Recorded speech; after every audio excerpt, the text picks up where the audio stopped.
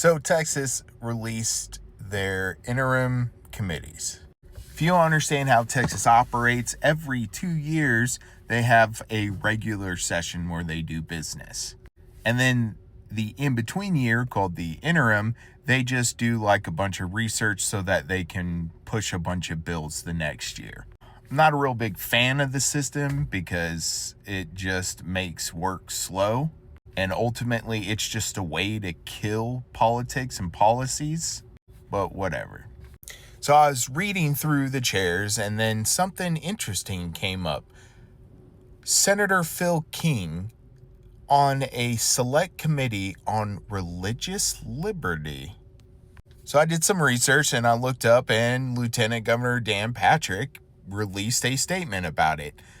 He created this because he chairs the one for President Trump at the federal level. But here's the interesting thing. Through the commission's important work, I have learned that many Americans and Texas alike do not fully understand their God-given religious liberty rights secured under the First Amendment. So what that means is that this committee will be a way for Christian nationalism to find a way to cement itself in politics, because it has nothing to do with actual religious liberty and everything to do with finding a way to make Christianity the dominating power in society. Because I can guarantee you that there will be nothing about Islamic religious freedom, the separation of church and state.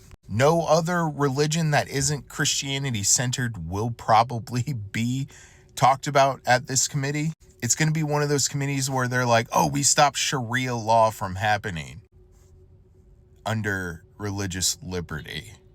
Because religious liberty is when my religious ideology has more power than others, right?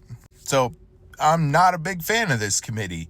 It's probably not going to be used to do actual religious liberty, but just some form of Christian authoritarianism.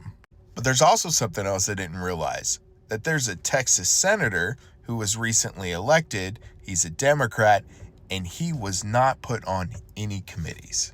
That is Senator Remick, and here is his statement and release about not being on any committees at all as a new sitting senator in the state of Texas.